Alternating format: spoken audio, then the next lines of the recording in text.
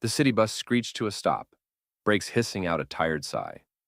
It was early, the sky still a pale gray blue, and the sidewalks glistened from last night's rain. Commuters shuffled on board with coffee cups, backpacks, earbuds, and the quiet heaviness of a weekday morning. Among them was Jaden Cole, 17 years old, trumpet case slung over his shoulder. He moved with the easy rhythm of someone who carried music inside him, whether he was holding his instrument or not. His hoodie was faded from years of washing, and his shoes were scuffed, but his posture was steady, confident, without arrogance. He tapped his fingers against the side of the trumpet case, softly keeping a rhythm only he truly knew. The bus driver, Mr. Coulson, a white man in his late 50s with a red baseball cap and a face that always seemed tight with disapproval, watched Jaden step on. His expression soured immediately, like something unpleasant had walked in with him. "Hey," Mr. Coulson barked, "no noise today. I don't want to hear any of that blasting on my bus, you understand?" Jaden blinked, surprised. "Yes, sir. My trumpet's in the case. I'm not playing anything." Mr. Coulson snorted. "That's what you say now. Last week you were tapping and humming the whole ride. I run a quiet bus." Jaden's fingers paused mid-tap. He hadn't realized anyone even noticed. He nodded politely. "I'll keep it down." But politeness wasn't enough. It almost never was, for him. Mr. Coulson muttered louder, making sure everyone heard. "Kids like you always think you're going to be something. Newsflash, the world doesn't owe you applause." A few passengers shifted uncomfortably but said nothing. Silence was safer. Silence didn't get you pulled into someone else's fight. Jaden kept walking down the aisle, not trusting his voice to be steady if he spoke. He slid into a seat near the back and placed his trumpet case gently on his lap, hands resting on it like a shield. He didn't look angry. He looked like someone used to swallowing hurt before it became visible. A woman across the aisle, middle-aged with kind eyes, leaned forward slightly. "You play?" she asked gently. Jaden nodded. "Trumpet. Jazz. A little neo-soul. Working on some fusion stuff." Her smile warmed. "That's real music. Keep playing." Jaden smiled back, small but real. "Thank you," he said quietly. The bus rumbled on, city buildings passing in slow blurs outside the window. Jaden put one earbud in and let a muted trumpet solo drift into his ear, soft enough that no one else could possibly hear. But Mr. Coulson watched him through the mirror anyway. Suspicious, annoyed, uncomfortable with a talent he didn't understand. Jaden closed his eyes and breathed. Not angry, not tense, focused. Because while the driver saw just a kid with a beat-up case and too much confidence, the city outside saw something different. There were posters being hung that very morning downtown. Big ones, tall ones, full color, with a face the bus driver already knew, but didn't recognize yet. Jaden Cole, Hometown Tour, Concert Hall. April 14th. His name, his music, his city. He just hadn't seen the billboard yet, but he would. The next morning, the sky was clear, sunlight dripping down high-rise windows like slow gold. Jaden stepped onto the same bus, same trumpet case, same time. He wasn't humming today. He wasn't tapping. He had decided silence was easier. But silence didn't erase him. It only made room for someone else's voice. Mr. Coulson glanced at him the moment he stepped up, lips already curling like he'd been waiting for something to complain about. "You again," he muttered. "I swear, they let anybody on these routes." Jaden kept his voice calm, soft. "I'm just going to school." "What, your little music school?" The driver scoffed. "Bet that's real useful. You think you're going to get famous? Make a living blowing into that thing?" A few passengers turned now, not because it was loud, because it was uncomfortable. Jaden swallowed. "I'm not trying to be famous. I'm just trying to get better." Wrong answer. Mr. Coulson leaned forward like he heard disrespect hiding somewhere. "Don't get smart with me. You kids think talent means something. Talent won't pay your rent. Talent won't get you respect. You hear me?" Jaden didn't answer fast enough. "Do you hear me?" "Yes, sir," Jaden said, steady as he could. "Good. Sit down and keep your hands still. No tapping, no humming, no showing off." Jaden walked down the aisle and sat. This time he didn't even hold his trumpet case. He rested it on the seat beside him like it weighed more than brass and valves. But the bus wasn't done. A group of teens in basketball jackets got on at the next stop, laughing, chatting, full of morning energy. They slapped hands, bumped shoulders, dropped into seats like they were claiming space in the world. And Mr. Coulson didn't say a word to them. No warnings, no lectures, no demands for silence. Just a glance in the mirror and a whistle through his teeth. The woman with the kind eyes from yesterday leaned over again. Her voice was so low only Jaden heard it. It's not you. Some people hate what they're afraid to understand. Jaden stared down at his hands. They were steady, not shaking, but they felt heavier than they should. It just gets tiring, he whispered. I know, she said. The bus rattled along for a few minutes, bumping through uneven asphalt. The city was waking up. More cars, more noise, more life. But the tension inside the bus was its own weather system. Then it happened. Jaden's fingers tapped, barely. Not a rhythm, not a beat. Just a thought trying to escape through touch, Mr. Coulson slammed the brake. The entire bus lurched. I said no music! Everyone jumped. The basketball players stared. The older passengers blinked. Jaden froze, his fingers hovering above the case. I wasn't playing. I don't care, Mr. Coulson barked, face red, voice sharp enough to split the air. You think you're special? You think rules don't apply to you? You're just noise. People like you don't go anywhere. Silence, cold, sharp, humiliating. Jaden felt the heat rise behind his eyes, but not tears, just anger that had nowhere to go. The kind-eyed woman stood up. That's enough. Her voice wasn't loud, but it was solid. Mr. Coulson glared at her through the mirror. Lady, stay out of— No, she said, I won't. She looked him straight in the eyes. He is a child, and he is not the noise here. The bus went quiet. Completely. Jaden didn't speak, didn't defend himself, didn't explain. He simply picked up his trumpet case, held it close again, and stared out the window. The bus rolled forward. But something had changed. Not in Jaden, in everyone watching. Because everyone knows what it looks like when someone is targeted, and everyone knows exactly why.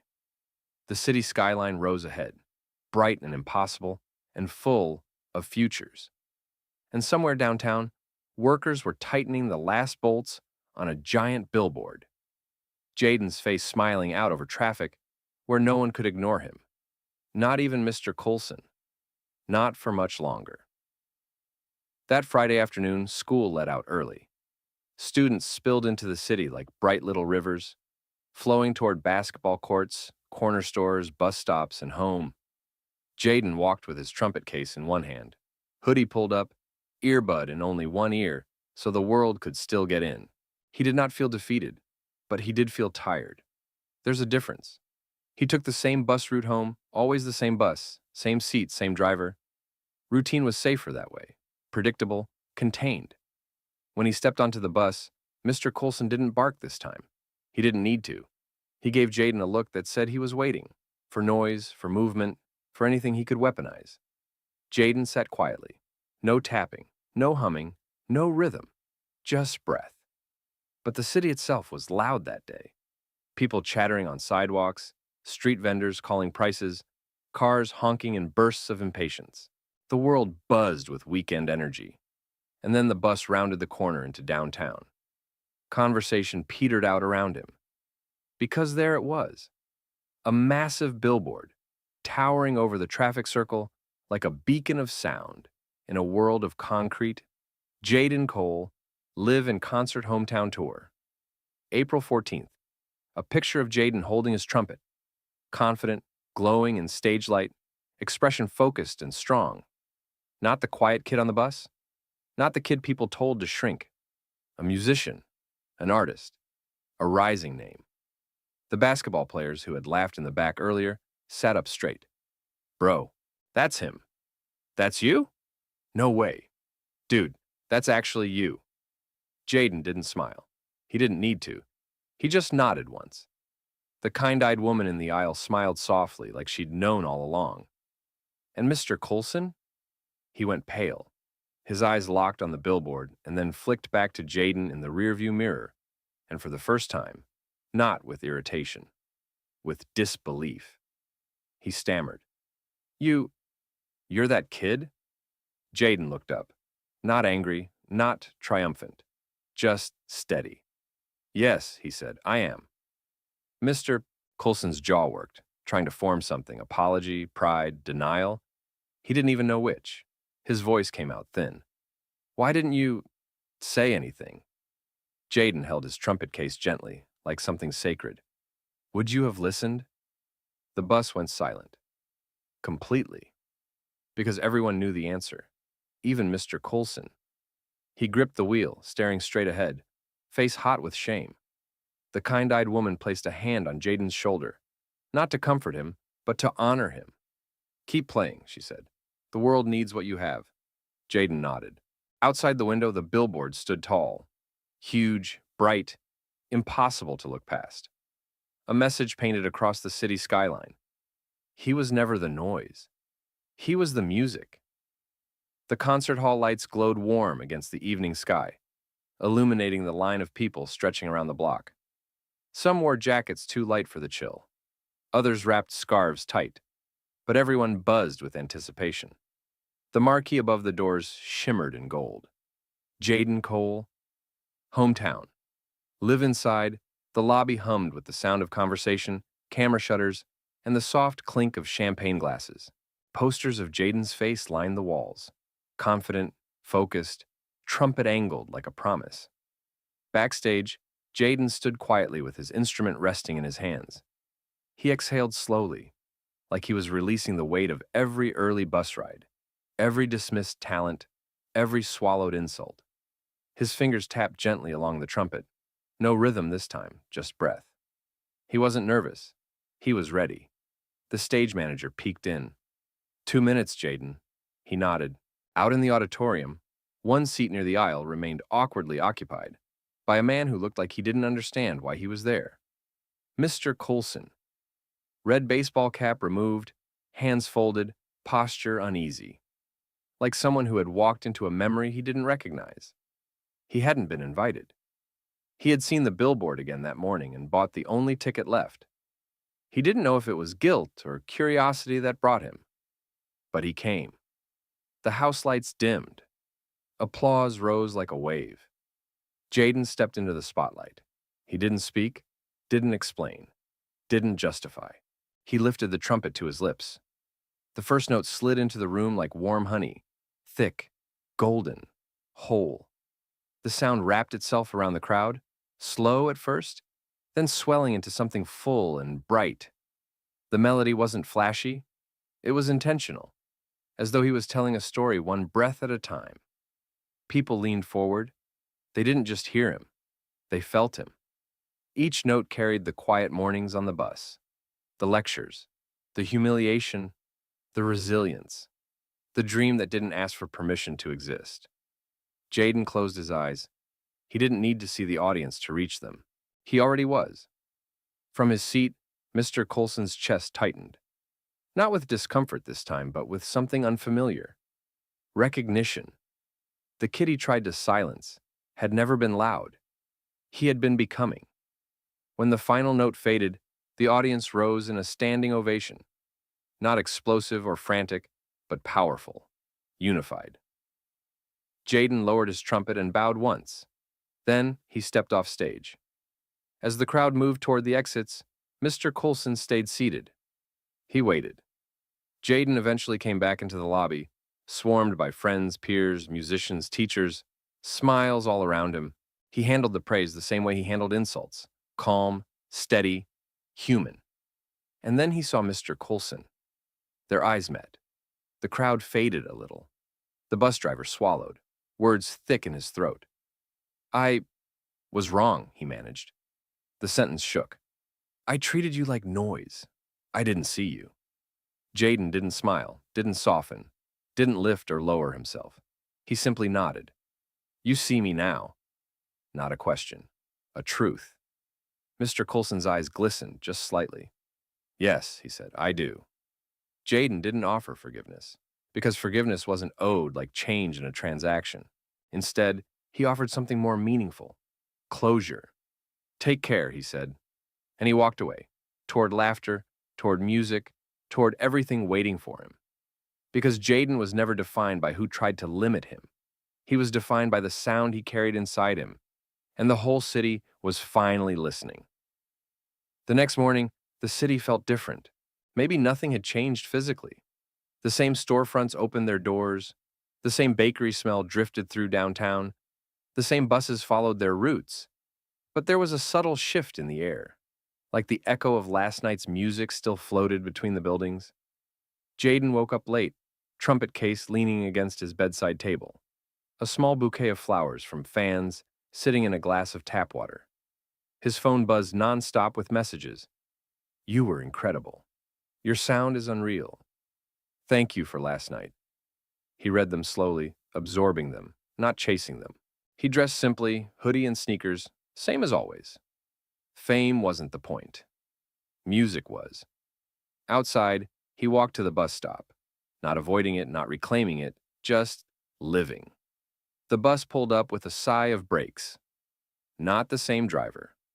A younger woman smiled from behind the wheel. Morning, Jaden nodded.